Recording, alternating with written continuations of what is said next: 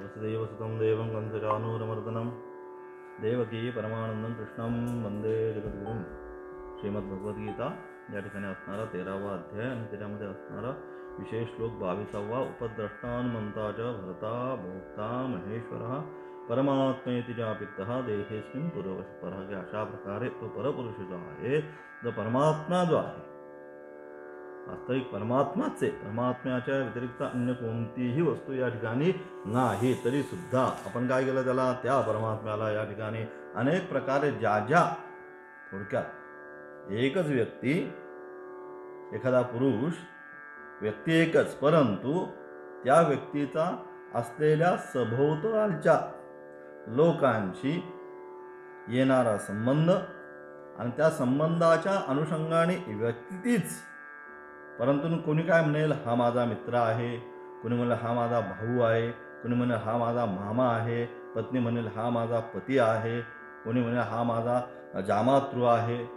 कोणी म्हणेल हा माझा अमुक आहे. अशा प्रकारे एकाच व्यक्तीला ज्या प्रकारे अनेक प्रकारच्या संबंधाने काय केलं जातं, अशा प्रकारे मित्र, बंधू, सुहृद, पती, पिता, मामा, अशा प्रकारे अनेक प्रकारची जरी संबोधन, या संबोधनामध्ये नानाविध झाली, परंतु व्यक्ती तीच आहे, व्यक्तीमध्ये बदल नाही झाला. बंधू म्हटला, मित्र म्हटला, पती म्हटला, मामा म्हटला, पण ती जी व्यक्ती आहे त्याच्या स्वरूपामध्ये काय बदल झाला का, तर स्वरूपामध्ये कुठल्याच प्रकारचा बदल झालेला नाही. ती व्यक्ती तशीच राहिली. मामा म्हटला म्हणून काहीतरी वेगळं स्वरूप त्याला निर्माण झालं, बंधू म्हटल्यानंतर वेगळं स्वरूप निर्माण झालं, मित्र म्हटल्यावर काही वेगळं स्वरूप निर्माण झालं का, असं काही झालं नाही. ती व्यक्ती जी आहे ती तशीच नामरूपात्मक तशीच राहिली,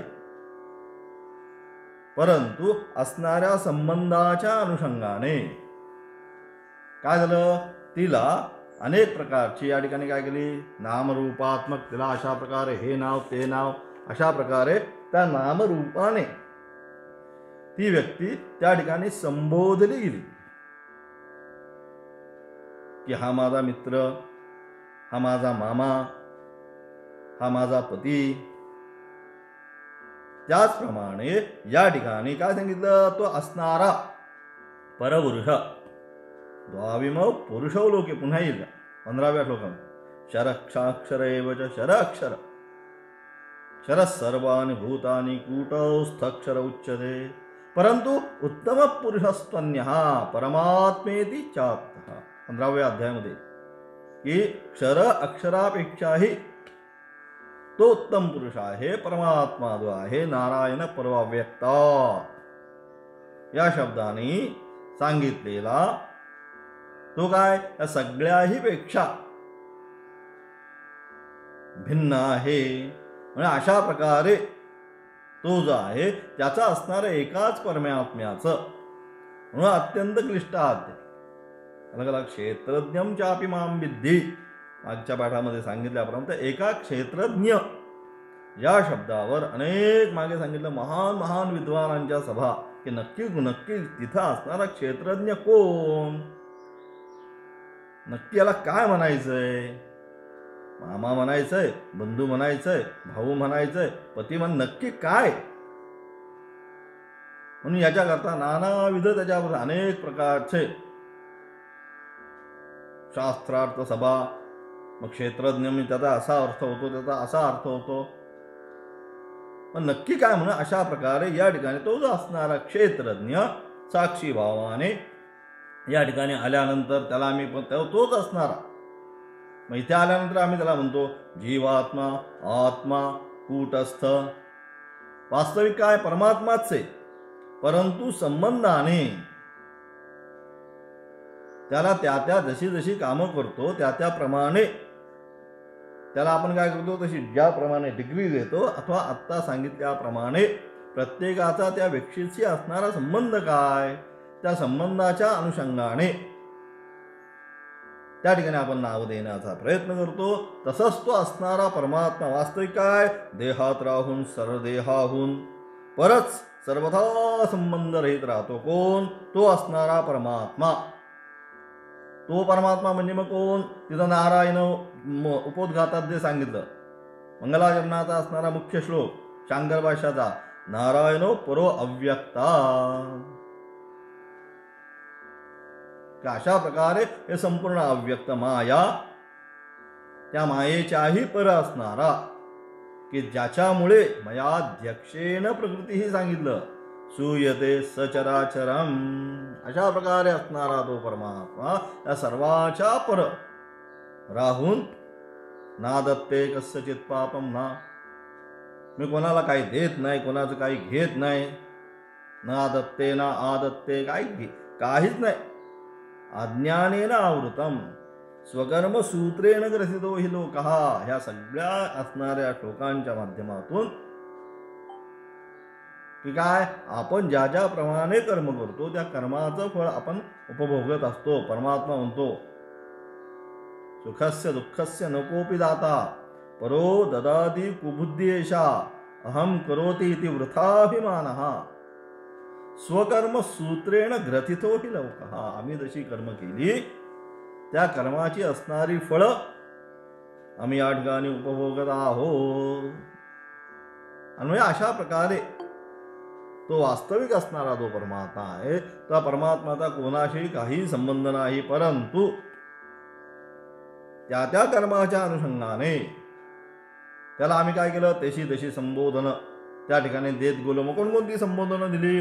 उपद्रष्टा, हनुमंता, भर्ता, भोक्ता, महेश्वर, ही सगळी संबोधनं दिली.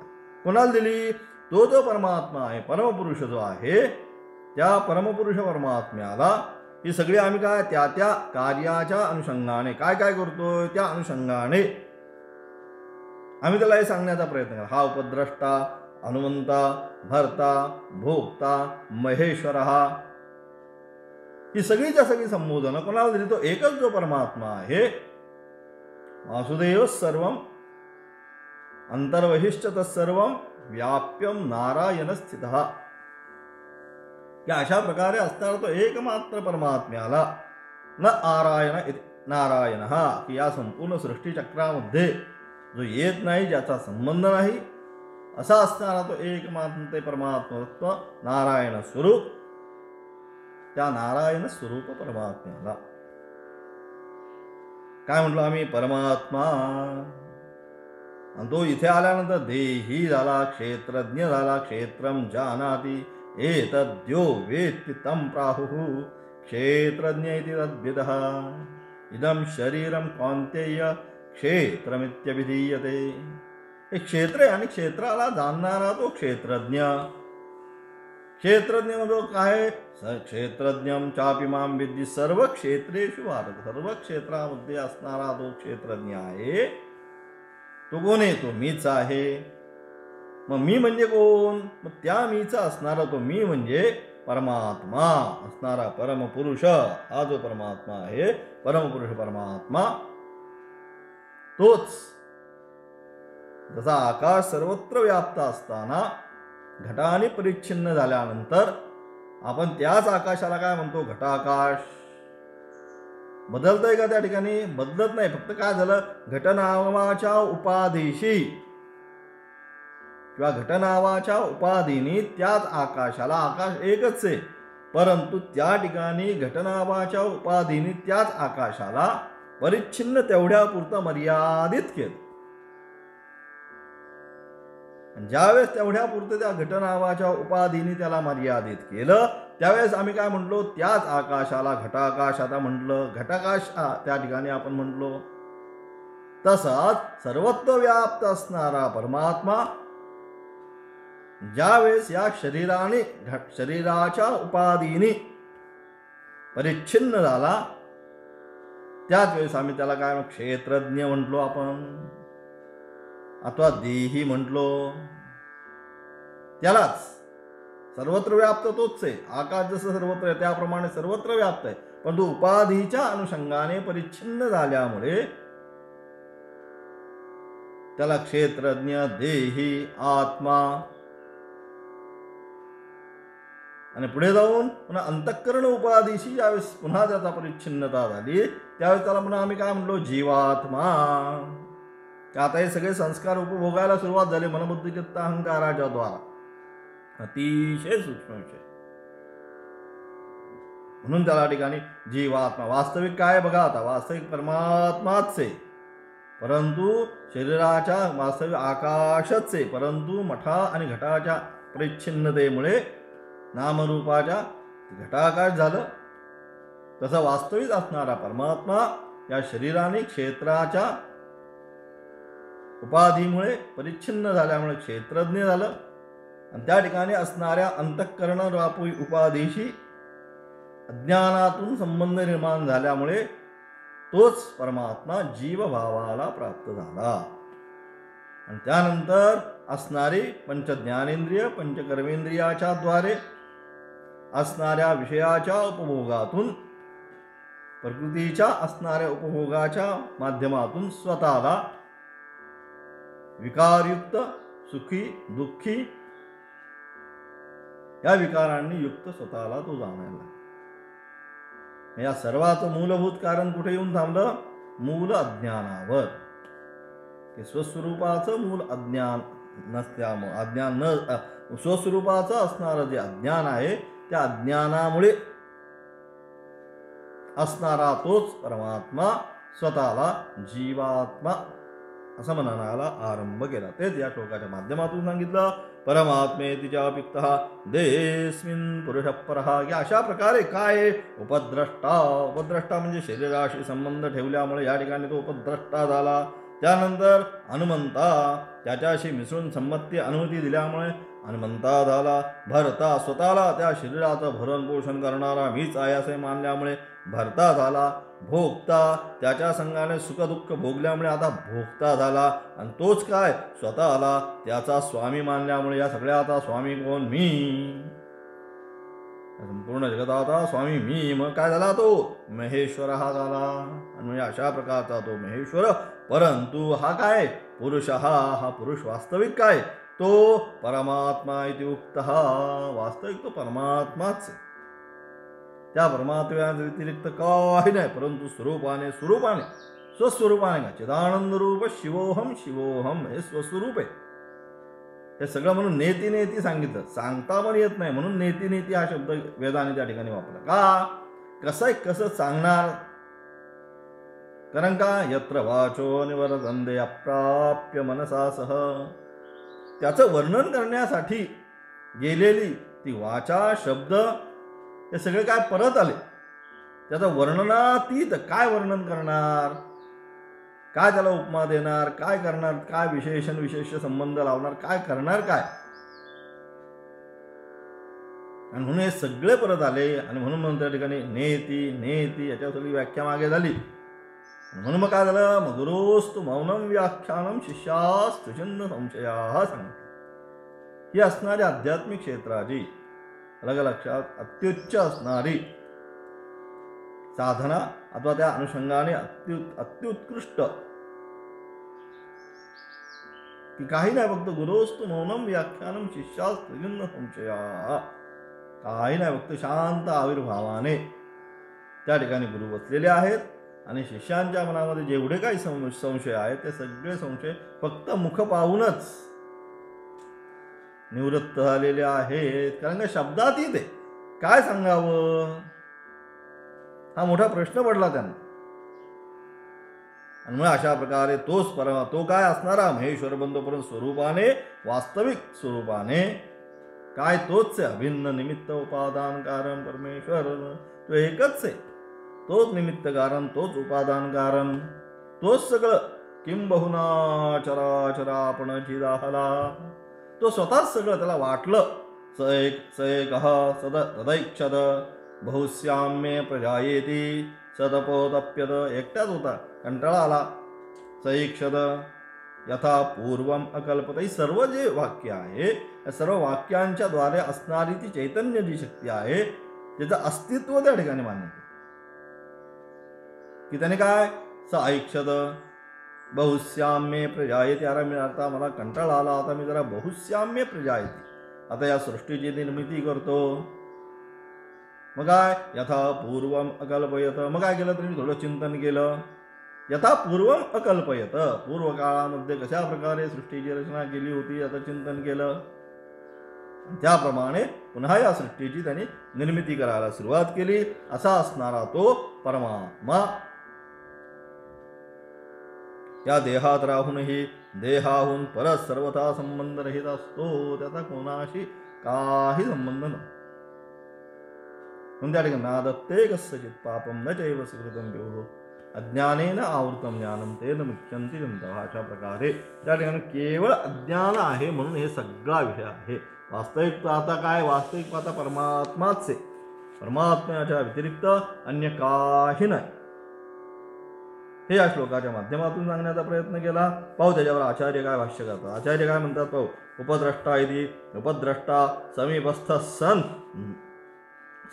सन द्रष्टा स्वयं अव्यापृतः यथा ऋत्विक यजमानेषु यज्ञकर्म व्यापृतेषु ततष्टः अन्य अव्यापृतः यज्ञ विद्याकुशलः ऋत्विक यजमान व्यापारगुणदोषाणाम् ईक्षिताः तद्दच्च कार्यकरणव्यापारेषु अव्यापृतः अन्य तद्विलक्षणः तेषां कार्यकरणानां सव्यापाराणां सामीप्येन द्रष्टा उपद्रष्टा अथवा देहचक्षुर्मनोबुद्ध्यात्मनः द्रष्टारः तेषाश्च देहः तदारभ्य अंतरमश्च प्रत्यक् समीपे आत्मा द्रष्टा यतः पर अन्यतरतमः नास्ति द्रष्टा स अतिशय सामीप्येन द्रष्टुत्वात् उपद्रष्टा स्यात्. यज्ञोपद्रष्टवात् स सर्वविषयीकरणात् उपद्रष्टा. ज्याप्रमाणे उपद्रष्टा म्हणजे काय सांगितलं. उपद्रष्टा म्हणजे स्वतः कर्मात गुंतून न जाता त्या ठिकाणी उपद्रष्टा असतो. तो काय करतो. यज्ञादीची कर्म होतात. त्या यज्ञादी कर्मामध्ये एक उपद्रष्टा असतो. किंवा त्याला असं ब्रह्मा सुद्धा म्हणतात. त्याला काय त्यांनी काही करायचं नाही. जे काही तिथं चाललेलं आहे त्याच्या फक्त लक्ष ठेवायचं नाही. तो क्रिया कशी करतोय, तो काय करतोय, काय नाही. पण हा जो आहे हा अतिशय विद्वान पाहिजे. त्याला त्या संपूर्ण त्या ठिकाणी यज्ञादी कर्म जी काही चाललेली आहेत त्याचं संपूर्ण यथार्थ ज्ञान त्याला पाहिजे.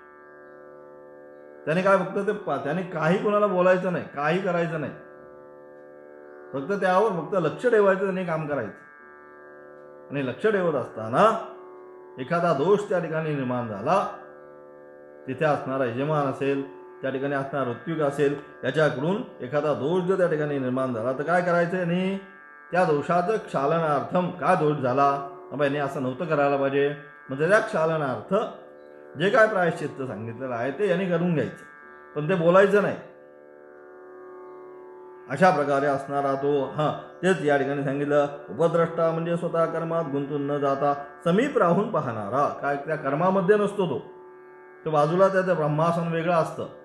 त्या आसना फक्त त्याने बसायचं, त्याने बाकी कोणाशी संवाद नाही, काही नाही, काय नाही. फक्त त्या संपूर्ण असणाऱ्या कार्यपद्धतीवर त्याने लक्ष ठेवायचं, काम करायचं. आणि करत असताना मग त्यामध्ये गुणदोष काय झालेले आहेत त्याचे परिमार्जन क्षालन करण्यासाठी शास्त्रामध्ये काय सांगितलंय तेवढं फक्त त्या ठिकाणी असणारं अनुष्ठान त्या ठिकाणी त्यांनी स्वतः करायचं असतं. हे त्याचं काम असतं. आणि म्हणजे अशा प्रकारचा तो ऋत्विक यजमान यज्ञकर्मामध्ये घडून गेले असता यज्ञविद्येमध्ये कुशल असणारा दुसरा, अलग कुशलता पाहिजे त्याला, त्यांनी हे सगळं व्यवस्थित केलेलं पाहिजे पूर्वी काळामध्ये. असा कुशल असणारा दुसरा ऋत्विक स्वतः घडून न जाता त्यांच्या समीपस्थ राहून तिथंच राहून काय करावं त्यांनी. ऋत्विक व यजमान यांच्या कर्मातील गुणदोष ते काय जे करतायत त्याच्या कर्मातील गुणदोष पाहत बसलेला असतो. ज्याप्रमाणे म्हणजे तिथं काय काय चाललंय याचं फक्त ऑब्झर्वेशन घेण्याचं जे काम आहे ते ऑब्झर्वेशन घेण्याचं काम जे आहे, कार्य जे आहे तो करत असतो.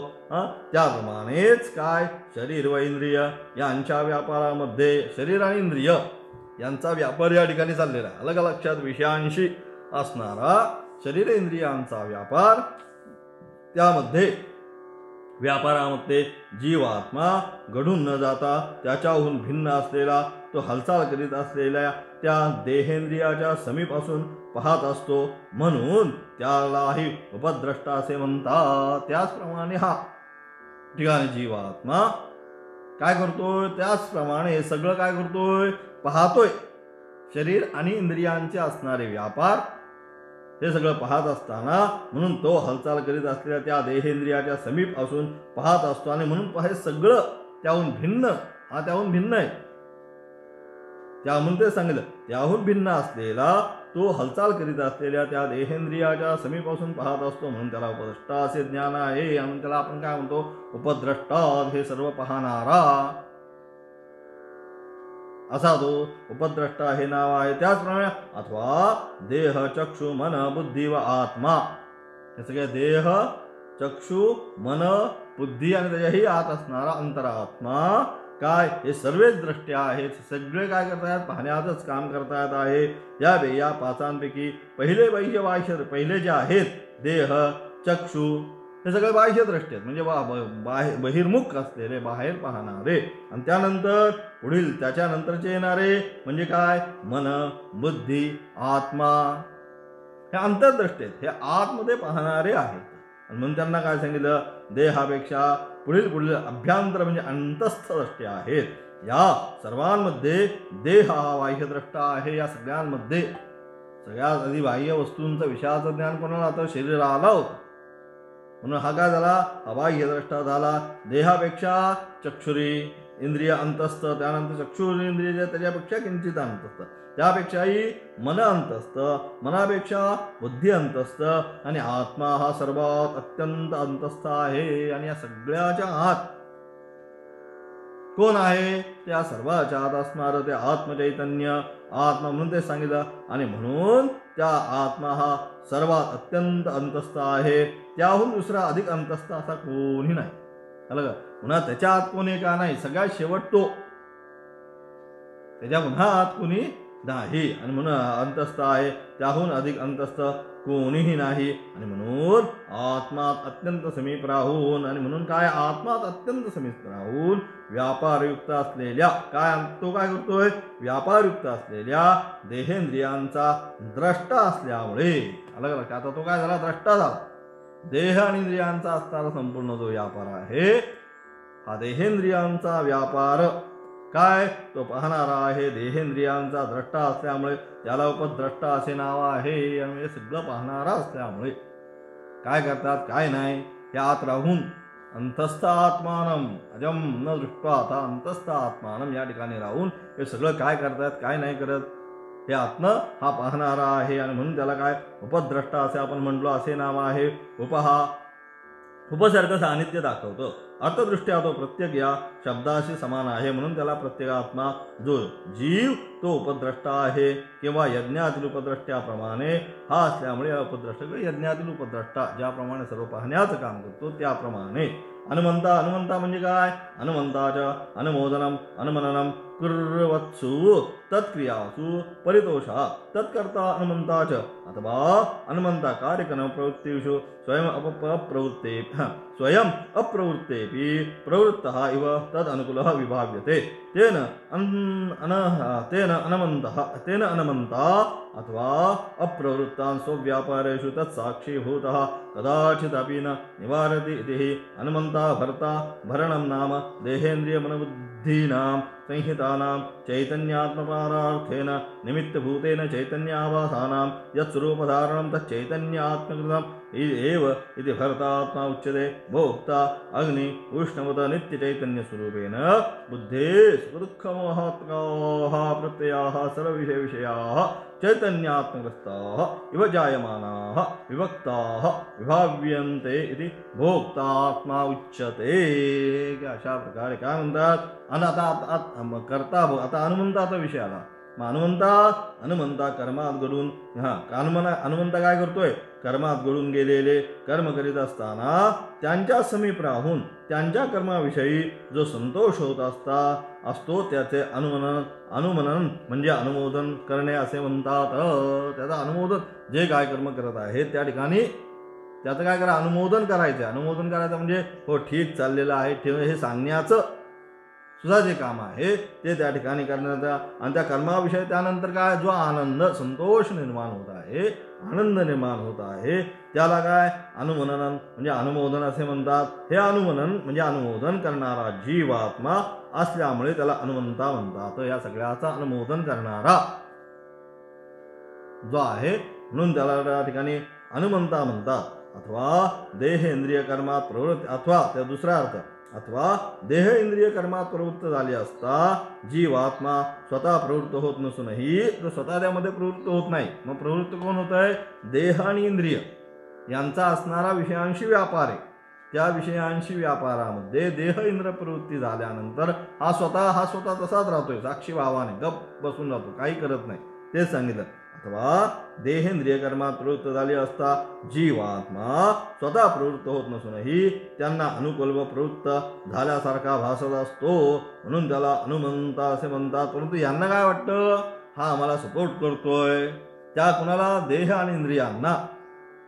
यद्यपि हा तसाच बसून तिथं काही करत नाही, परंतु त्यांना काय वाटतं? मग आपण म्हणतो तुम्ही मोठा कार्यक्रम आहे, तुम्ही काही करू नका, फक्त येऊन बसा, तुमच्या सानिध्याने सगळं व्यवस्थित होतं, तुम्ही आतल्या कोणी बोलत नाही, तुम्ही बसायचं काम करा, बाकी काही बोलू नका.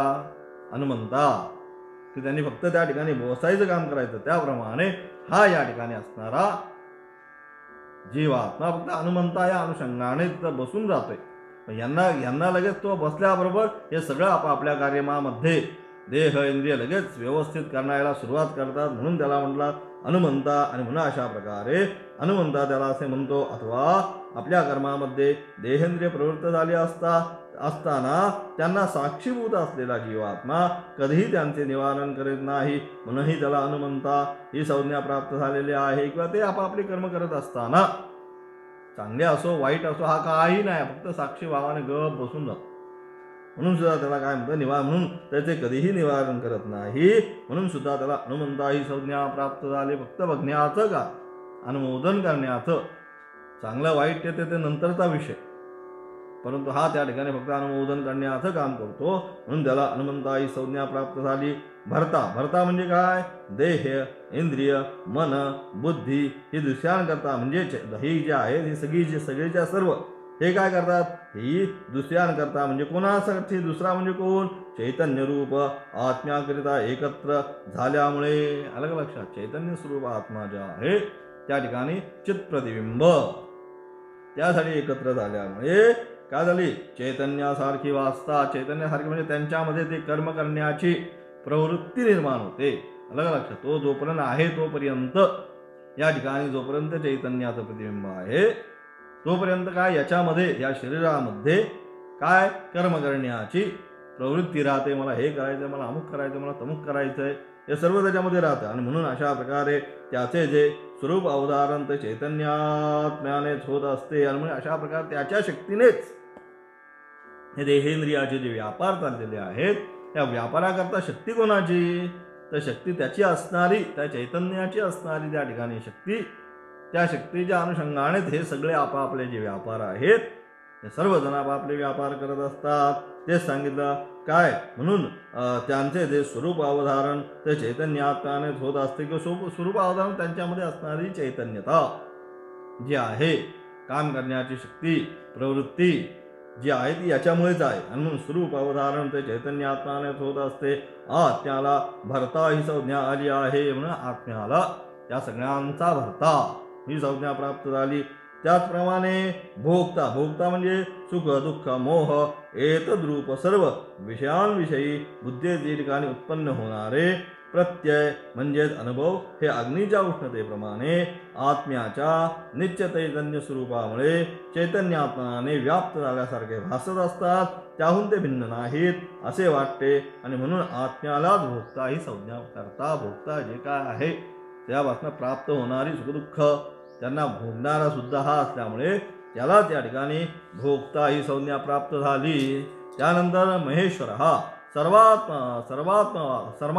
सर्वात्मत्वात् स्वतंत्रवत्वाच्च महाश्च असौ ईश्वरश्च इति महेश्वरः परमात्मा देहादीनां बुद्ध्यांतानां प्रत्यगात्मत्वेन परिकल्पतानां अविद्यायां परमः अपदृष्टत्वादिलक्षणः आत्मा इति परमात्मा. स अतः परमात्मा इति अनेन शब्देन चापि उक्तः कथितः श्रुतौ क्वः असौ अस्मिन् देहे पुरुषः परः अव्यक्तात् उत्तम पुरुषस्तन्यः परमात्मेति उदाहृतः इति हा वक्ष्यमानः. की अशा प्रकारे काय म्हणतात की अशा प्रकारे महेश्वर म्हणजे काय? महेश्वर म्हणजे हा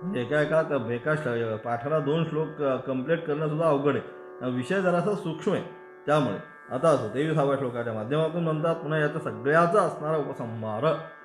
आतापर्यंत जे काही चालत आलेलं होतं त्या सगळ्याचा उपसंहार, प्रकृती, पुरुष, आत्मा, हा जो विषय सगळा चाललेला आहे त्याचा या ठिकाणी या 23व्या श्लोकाच्या माध्यमातून उपसंहार करण्याचा प्रयत्न केला.